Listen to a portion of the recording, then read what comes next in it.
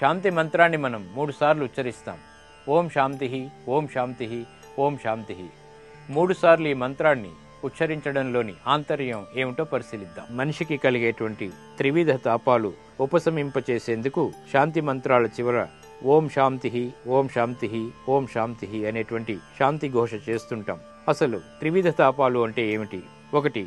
ఆదిదైవిక తాపాలు, ప్రకృతి వైపరీత్యాలు, భూకంపాలు, వరదలు, సునామీలు, అగ్నిపర్వతాలు బద్దలవటం, వీటిని ఆదిదైవిక తాపాలు అంటాం. ఇక మానవ సంబంధాల వల్ల కలిగేటువంటి తాపాలు, హింస, ఇతరులను నొప్పించడం వంటివి ఆదిభౌతిక తాపాలు అంటాం. శారీరకంగా మానసికంగా కలిగేటువంటి తాపాలు అంటే అనారోగ్యాలు, వ్యాధులు మొదలైనవి, వీటిని ఆధ్యాత్మిక తాపాలు అంటాం.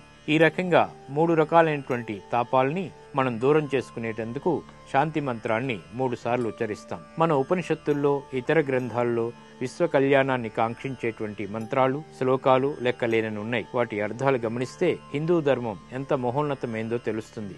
అలాంటివి కొన్ని: అసతోమా సద్గమయ, తమసోమా జ్యోతిర్గమయ, మృచోర్మా అమృతంగమయ, ఓం శాంతి శాంతి శాంతి.